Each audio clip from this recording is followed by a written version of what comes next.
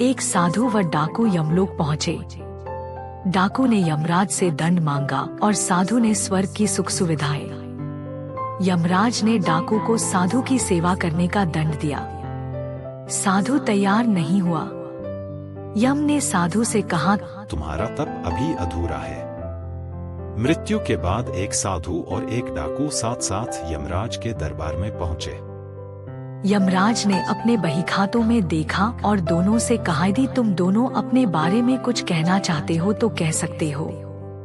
डाकू अत्यंत विनम्र शब्दों में बोला, महाराज, मैंने जीवन भर पाप कर्म किए हैं। मैं बहुत बड़ा अपराधी हूँ। अतः आप जो दंड मेरे लिए तय करेंगे मुझे स्वीकार होगा। डाकू के चुप होते ही साधु बोला, महाराज, मैंने आजीवन तपस्या और भक्ति की है। मैं कभी असत्य के मार्ग पर नहीं चला।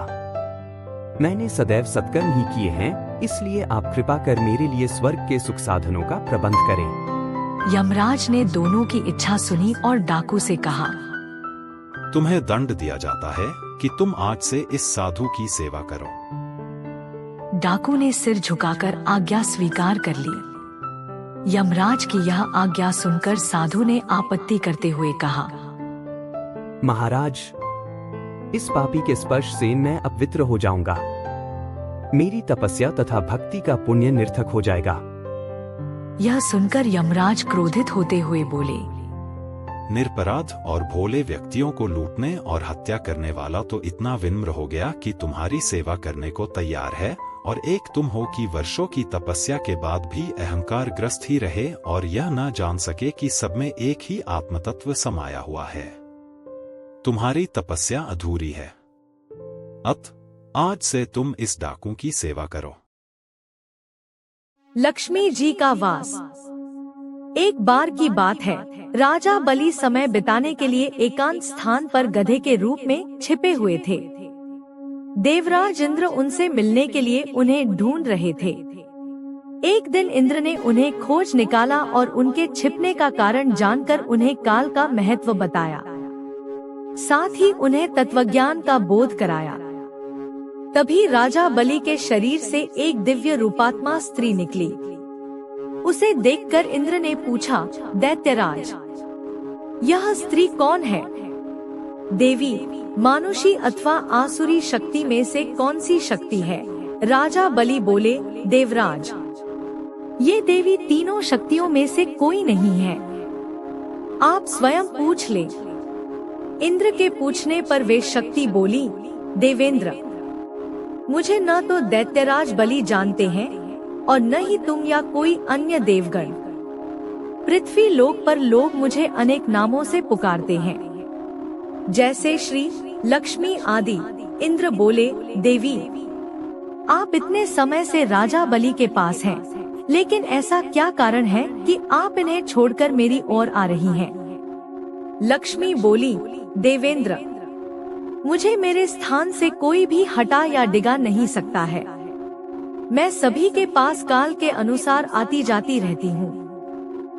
जैसा काल का प्रभाव होता है, मैं उतने ही समय तक उसके पास रहती हूँ। अर्थात मैं समयानुसार एक को छोड़कर दूसरे के पास निवास करती हूँ। इंद्र बोले, देवी, आप असुरों के यहाँ निवास क्यों नहीं करती? लक्ष्मी बोली, देवेंद्र, मेरा निवास वही होता है जहाँ सत्य हो, धर्म के अनुसार कार्य होते हों, व्रत और दान देने के कार्य होते हों। लेकिन असुर भ्रष्ट हो रहे हैं। ये पहले इंद्रियों को वश में कर सकते थे, सत्यवादी थे, ब्राह्मणों की रक्षा करते थे, पर अब इनके ये गुण नष्ट होते जा रहे हैं। ये तप उपवास नहीं करते, यज्ञ, हवन, दान आदि से इनका कोई संबंध शेष नहीं है। पहले ये रोगी, स्त्रियों, वृद्धों, दुर्बलों की रक्षा करते थे, गुरुजन का आदर करते थे, लोगों को क्षमादान देते थे। लेकिन अब अहंकार, मोह, लोभ, क्रोध, आलस्य, अविवेक, काम आदि ने इनके शरीर में जगह बना ली है। ये लोग पशु तो पाल लेते हैं, लेकिन उन्हें चारा नहीं खिलाते, उनका पूरा दूध निकाल लेते हैं और पशुओं के बच्चे भूख से चीत्कारते हुए मर जाते हैं। ये अपने बच्चों का लालन पालन करना भूलते जा रहे हैं। इनमें आपसी भाईचारा समाप्त हो गया है। लूट, खसोट, हत्या, व्यभिचार, कलह, स्त्रियों की पतिव्रता नष्ट करना ही इनका धर्म हो गया है। सूर्योदय के बाद तक सोने के कारण स्नानाध्यान से ये विमुख होते जा रहे हैं। इसलिए मेरा मन इनसे उचट गया। देवताओं का मन अब धर्म में आसक्त हो रहा है। इसलिए अब मैं इन्हें छोड़कर देवताओं के पास निवास करूंगी। मेरे साथ श्रद्धा, आशा, क्षमा, जया, शांति, संतति, धृति और विजति ये 8 देवियां भी निवास करेंगी। देवेंद्र, अब आपको ज्ञात हो गया होगा कि मैंने इन्हें क्यों छोड़ा है। साथ ही आपको इनके अवगुणों का भी ज्ञान हो गया होगा। तब इंद्र ने लक्ष्मी को प्रणाम किया और उन्हें आदर सहित स्वर्ग ले गए। लक्ष्मी जी की अंगूठी। एक निर्धन व्यक्ति था। वह नित्य भगवान विष्णु और लक्ष्मी की पूजा करता। एक बार दीपावली के दिन भगवती लक्ष्मी की श्रद्धा भक्ति से पूजा अर्चना की। कहते हैं उसकी आराधना से लक्ष्मी प्रसन्न हुई। वह उसके सामने प्रकट हुई और उसे एक अंगूठी भेंट देकर अदृश्य हो गई। अंगूठी सामान्य नहीं थी। उसे पहनकर जैसे ही अगले दिन उसने धन पाने की कामना की, उसके सामने धन का ढेर लग गया। वह खुशी के मारे झूम उठा। इसी बीच उसे भूख लगी तो मन में अच्छे पकवान खाने की इच्छा हुई। कुछ ही पल में उसके सामने पकवान आ गए।